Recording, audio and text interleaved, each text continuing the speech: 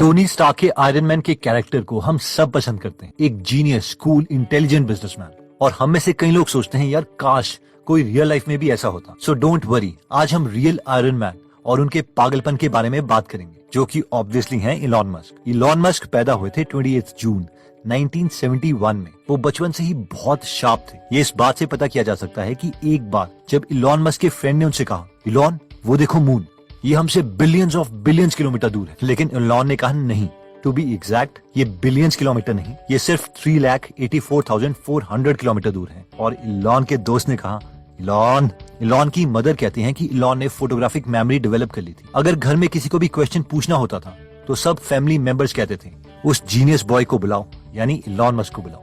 Elon की माँ एक सुपर मॉडल थी, जबकि डैड एक इंजीनियर थे। लेकिन जब इलॉन 10 साल के हुए तो उनके माँ बाप का डाइवोर्स हो गया। इलॉन अगर एक नॉर्मल बच्चा होता तो अपने माँ बाप के डाइवोर्स को लेकर 2-3 साल फ्रस्ट्रेट रहता। लेकिन 2 साल में ही इलॉन ने प्रोग्रामिंग सीखी और 12 साल की उम्र में एक वीडियो गेम बना ली और उस गेम का नाम था ब्लास्टर। बचपन से ही इलॉन की फोकसिंग पावर बहुत ज्यादा थी। कई बार तो जब वो किसी चीज के बारे में सोचने लगते तो वो इतने खो जाते कि अपने आसपास वाले लोगों की बात ही नहीं सुनते थे। और उनके फैमिली मेंबर्स को ये लगने लगता कि पक्का इलॉन बहरे हो गए हैं। लेकिन ये लड़का बहरा नहीं, जीनियस था। अब क्योंकि इलॉन मस्क बचपन से ही अपने एज ग्रुप के लड़कों से ज्यादा इंटेलिजेंट थे, इसलिए स्कूल में उन्हें बाकी बच्चे बहुत अजीब सा समझते थे और उन्हें बहुत बुली किया जाता था। एक बार तो बाकी बच्चों ने उन्हें धक्का देके सीढ़ियों से गिरा दिया और इलॉन बेहोश हो गए। इलॉन कहते हैं कि फिर मैंने बस एक ही चीज को अपना बेस्ट फ्रेंड बना दिया और वो थी बुक्स। उन्हें जो भी बुक्स मिलती, कॉमिक्स बुक, बायोग्राफीज, वो सब पढ़ जाते। इलॉन कहते हैं कि मैं जागने से लेकर सोने तक बस बुक्स ही पढ़ता रहता था और इससे ही मेरी इंटेलिजेंस इंप्रूव हुई। 17 साल की उम्र में इलॉन कनाडा शिफ्ट हो गए, क्वींस कॉलेज में एडमिशन ले ली। बचपन से ही इलॉन अमेरिका जाना चाहते थे क्योंकि उन्हें लगता था कि वहाँ पर बाकी सब कंट्री से ज्यादा अपॉर्चुनिटीज अवेलेबल है और यूएस में वो ज्यादा इनोवेशंस कर पाएंगे। और 3 साल बाद 20 साल की उम्र में उनका ये सपना भी पूरा हुआ और फाइनली उन्हें यूनिवर्सिटी ऑफ पेंसिल्वेनिया में एडमिशन मिल गई। अमेरिका पहुंचकर इलॉन मस्क ने अपने भाई किम्बल मस्क के साथ अपनी पहली कंपनी खोली, जिसका नाम था zip2.com, जिसमें इलॉन ने येलो पेजेस की सीडी उठाई, जिसमें पूरे शहर की दुकानों के फोन नंबर और एड्रेस दिए गए थे। उन्हें शहर के मैप के साथ कंबाइन किया और प्रोग्रामिंग कोड लिख के एक वेबसाइट तैयार की, जिसमें लोग इस वेबसाइट में लॉग इन करके किसी भी लोकल बिजनेस की लोकेशन और फोन नंबर को देख सकते थे। 1999 में कॉम्पैक ने zip2 कंपनी को $307 मिलियन में खरीद लिया, जिसमें इलॉन का हिस्सा $22 मिलियन आया, यानी करीबन 150 करोड़ रुपए। इलॉन इस वक्त सिर्फ 28 साल के थे। एक नॉर्मल यंगस्टर होता तो वो बीचेस में जाता, ट्रैवल करता और एंजॉय करता, क्योंकि इतना पैसा तो बहुत लोग अपनी पूरी लाइफ भी नहीं कमा सकते। बट इलॉन ने बहुत ही जल्दी बिना वेट किए अपनी दूसरी कंपनी खोली, जिसे उन्होंने नाम दिया X.com। इलॉन ने देखा कि बैंक्स के बाहर लोग लंबी लाइंस बना के खड़े रहते हैं सिर्फ अपने चेक्स क्लियर करवाने के लिए, और उन्होंने सोचा क्यों ना कोई इंटरनेट पेमेंट सिस्टम बनाया जाए जिसमें ये सब हो ही ना और सेकंड्स में लोग अपनी पेमेंट कर सकें। इलॉन ने अपने कॉम्पिटिटर Confinity.com के साथ मर्ज कर लिया और इस कंपनी को दोबारा नाम दिया गया PayPal.com। eBay ने PayPal को $1.5 बिलियन में खरीद लिया, जिसमें से इलॉन मस्क को $180 मिलियन मिले। इस वक्त इलॉन सिर्फ 30 साल के थे। अगेन इलॉन मस्क दोबारा से बीचेस या छुट्टियों में नहीं गए और अपनी नेक्स्ट कंपनी स्टार्ट की, जिसका नाम था SpaceX। इस वक्त इलॉन को कोई इन्वेस्टर नहीं मिल रहा था और इलॉन ने खुद के $100 मिलियन इस कंपनी को फंड करने के लिए लगा दिए। आई मीन इमेजिन करो यार, एक इमिग्रेंट यूएस आता है और कहता है कि क्या ये नासा के रॉकेट, मैं नया रॉकेट सिस्टम बनाऊंगा। अब क्योंकि रशिया रॉकेट की टेक्नोलॉजी में बहुत अच्छा था, इसलिए पहले इलॉन मस्क रशिया गए उनसे रॉकेट खरीदने के लिए। लेकिन रशियंस ने इलॉन का बहुत मजाक उड़ाया और एक रशियन ऑफिसर ने तो इलॉन के ऊपर स्पिट भी कर दिया। इलॉन वापस आए और दोबारा से बहुत सारी बुक्स पढ़ना स्टार्ट कर दी रॉकेट्स के बारे में। नेक्स्ट है सोलर सिटी। इलॉन को एक और चीज डिस्टर्ब करी थी कि क्यों हम फॉसिल फ्यूल्स को धरती से निकाल के कार्बन बना के दुनिया की फॉर्म में आसमान में छोड़ रहे हैं और पोल्यूशन क्रिएट कर रहे हैं। इलॉन ने अपने 2 कजन्स लिंडन और पीटर राइव को बुलाया और कहा कि अगर तुम सोलर पर काम करना चाहते हो तो मैं इन्वेस्ट करने के लिए तैयार हूँ। ये तुम्हारी कंपनी होगी, लेकिन मैं इस कंपनी का चेयरमैन बनूंगा। इलॉन के दोनों कजन्स ने इस प्रपोजल को एक्सेप्ट कर लिया और इस तरह से सोलर सिटी का जन्म हुआ। इलॉन ने कहा कि बस तुम्हें बेस्ट सोलर पैनल्स बनाने के लिए हर एक स्टेप को बाकी कॉम्पिटिटर्स के मुकाबले 10% बेटर बनाना है। अगर तुम ऐसा कर देते हो तो तुम सोलर टेक्नोलॉजी में वर्ल्ड में बेस्ट बन जाओगे। और एग्जैक्टली ऐसा ही हुआ। सोलर सिटी यूएस में बेस्ट सोलर सर्विस प्रोवाइडर बन गया। उसके बाद बारी आई इलेक्ट्रिक कार्स की।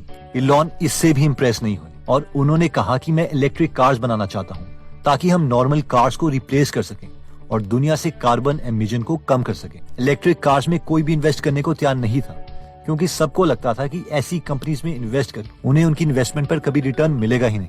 इसलिए इलॉन ने खुद के $6.3 मिलियन इस इलेक्ट्रिक कार कंपनी में इन्वेस्ट कर दिए। ज्यादातर उस वक्त लोग सोचते थे कि इलेक्ट्रिक कार्स बच्चों की कार्स होती हैं जो गोल्फ कोर्स के सामान उठाने के काम आते हैं, लेकिन इलॉन ने टेस्ला कार्स को बहुत ही अट्रैक्टिव कार्स बनाए ताकि ऑडियंस के मन में एक डिजायर क्रिएट हो सके, और फाइनली ही सक्सीडेड। और आज टेस्ला दुनिया की सबसे ज्यादा वैल्यूएबल इलेक्ट्रिक कार कंपनीज में से एक है। नेक्स्ट बारी आई स्टारलिंक सैटेलाइट्स की। 2018 में इलॉन मस्क को यूएस गवर्नमेंट से परमिशन मिल गई कि वो लो अर्थ ऑर्बिट्स में अपनी सैटेलाइट लॉन्च कर सकते हैं ताकि वो लोगों को इंटरनेट सर्विस प्रोवाइड कर सके। You're looking at 60 satellites hurtling into the sky. And over the next few decades, Elon Musk is hoping to send 42,000 of these satellites to space. Elon का गोल इसमें यह है कि आने वाले कुछ सालों में इलॉन स्पेस में 42,000 सैटेलाइट्स को लॉन्च करे ताकि दुनिया के हर एक कॉर्नर में without buffering high speed internet मिल सके। मई 2019 में स्पेसएक्स ने 60 सैटेलाइट्स लॉन्च करी और 6 महीने के बाद नवंबर 2019 में 60 और सैटेलाइट्स को लॉन्च किया गया। नेक्स्ट बारी आई द बोरिंग कंपनी की। इलॉन मस्क यहाँ भी नहीं रुके। जनवरी 2017 को द बोरिंग कंपनी रजिस्टर करवाई गई। इस कंपनी का मेन गोल ये है कि हम टनल से ट्रेवल करें ताकि बढ़ते ट्रैफिक को हम रोक सकें, और ये आइडिया इलॉन को एक बार ट्रैफिक की वजह से लेट होने पर आया। और कोई होता तो परवाह नहीं करता, लेकिन इन्होंने कंपनी खोल डाली। मई 2019 में इलॉन को $48.7 मिलियन का कॉन्ट्रैक्ट मिला Las Vegas convention and visitors authority से, ताकि वो एक अंडरग्राउंड लूप सिस्टम क्रिएट करें। नेक्स्ट बारी आती है न्यूरालिंक की। इलॉन मस्क आर्टिफिशियल इंटेलिजेंस को काफी सीरियसली लेते हैं और इनका मानना यह है कि अगर एआई को जल्दी कंट्रोल नहीं किया गया तो ये हम पर पूरी तरीके से हावी हो जाएगा। इसीलिए इलॉन ने गूगल की एआई कंपनी डीप माइंड में इन्वेस्ट किया हुआ है ताकि उन्हें पता लगता रहे कि एआई में कितनी इंप्रूवमेंट्स हो रही है। और साथ में ही एक कंपनी भी खोल दी जिसका नाम है न्यूरालिंक, जो कि बेसिकली एक बीएमआई है, यानी ब्रेन मशीन इंटरफेस, एक कॉइन जितने साइज का, जिसे हमारे स्कल का एक छोटा सा टुकड़ा हटा के उससे रिप्लेस कर दिया जाएगा। ये डिवाइस अभी डेवलपमेंट फेज में है, लेकिन इस कंपनी का मेन गोल है कि इस डिवाइस से हम रीड और राइट ऑपरेशंस दोनों कर सकें, यानी ब्रेन में जो चल रहा है उसका पता कर सकें और किसी भी नए स्किल को एक एप्लीकेशन की तरह ब्रेन में इंस्टॉल किया जा सके। इन सब कंपनीज के अलावा इलॉन बीच में अपना ह्यूमर भी नहीं छोड़ते, जैसे कि उन्होंने रिसेंटली एक मूवी कैरेक्टर से इम्प्रेस होके $500 के हिसाब से 20,000 फ्लेम थ्रोअर सेल किए और कुछ ही दिनों में $10 मिलियन की सेल कर दी। इतना ही नहीं, एक बार अपने रॉकेट के आगे टेस्ला कार लगा के स्पेस में लॉन्च कर दी। ये आइडिया भी मूवी से इम्प्रेस था। एक बार तो इलॉन मस्क ने खुद ही ट्वीट कर दिया था कि टेस्ला कार का स्टॉक का प्राइस कुछ ज्यादा ही चल रहा है, और अगले ही दिन टेस्ला का स्टॉक प्राइस बहुत कम हो गया और टेस्ला कंपनी के इन्वेस्टर्स इलॉन मस्क से बहुत नाराज हो गए। But as you know, Elon is Elon. कभी इलॉन मस्क दुनिया के सबसे अमीर आदमी जेफ बेजोस का मजाक उड़ा देते हैं और पूछते हैं, जेफ कौन जेफ? Jeff who? कभी इलॉन नया ट्रक लॉन्च करते हैं और वो बोलते हैं कि उसके शीशे बुलेट प्रूफ हैं, लेकिन एक आयरन बॉल से वो टूट जाते हैं। पता नहीं अभी एडवर्टाइजिंग स्टंट था या रियली क्वालिटी इशू। एनीवेज दोस्तों, इस वीडियो में हमने देखा कि अगर टोनी स्टार्क के कैरेक्टर आयरन मैन को दुनिया में किसी भी रियल पर्सन के साथ कंपेयर किया जा सकता है तो ऑब्वियसली वो इलॉन मस्क है, क्योंकि 12 साल की उम्र से लेके वो एक के बाद एक इनोवेशन करते रहे। कभी ब्लास्टर गेम बनाई, फिर Zip2 लॉन्च की, फिर PayPal, SpaceX, Tesla, solar city, Neuralink, the boring company, Starlink और पता नहीं और कितने इनके ऐसे ऑडेशियस गोल्स हैं। बट आई होप हम सब काफी कुछ इनसे सीख सकते हैं। एक चीज जो इलॉन कहते हैं जिसने उनकी लाइफ को बहुत इंप्रूव किया है वो है बुक्स, बहुत सारी books.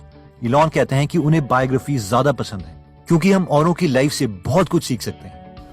Well, I think you learn a lot depending upon whose life you're reading about. There are lots of lessons in there. I read Isaacson's biography of Jobs, which I thought was quite. वो कहते हैं ना कि एक normal इंसान सिर्फ एक life जीता है, लेकिन एक रीडर जो बहुत बुक्स पढ़ता है मरने से पहले बहुत लाइफ जी लेता है। तो दोस्तों, अगर आप एक आईफोन या नए शूज या लैपटॉप की जगह अपने ऊपर इन्वेस्ट करना चाहते हैं तो आप गीगल ऐप को डाउनलोड कर सकते हैं, जहां पर 130 से ज्यादा हिंदी में फ्री में बुक समरीज अवेलेबल है। और अगर आपको समरीज की क्वालिटी अच्छी लगती है तो आप प्रीमियम मेंबरशिप भी ले सकते हैं, वरना फ्री समरी से काम चला सकते हैं। हम दिवाली से पहले फर्स्ट 100 यूजर्स को ₹100 का डिस्काउंट दे रहे हैं प्रीमियम मेंबरशिप में। तो अगर आप ये डिस्काउंट लेना चाहते हैं तो आप सेव 100 कूपन कोड यूज कर सकते हैं। Just remember, this offer is only for first 100 users. Anyways, अगर आप इस ऐप में इंटरेस्टेड हैं तो इसका लिंक हम डिस्क्रिप्शन में दे देंगे। अगर आप हमारी वीडियोस मिस नहीं करना चाहते तो हमारा पेज लाइक करने के बाद 3 डॉट्स के बटन को प्रेस करके फॉलो के बटन को सिलेक्ट कीजिए और फाइनली सी फर्स्ट के ऑप्शन को सिलेक्ट कर लीजिए। इससे आपको हमारी हर पोस्ट मिलती रहेगी। जय हिंद।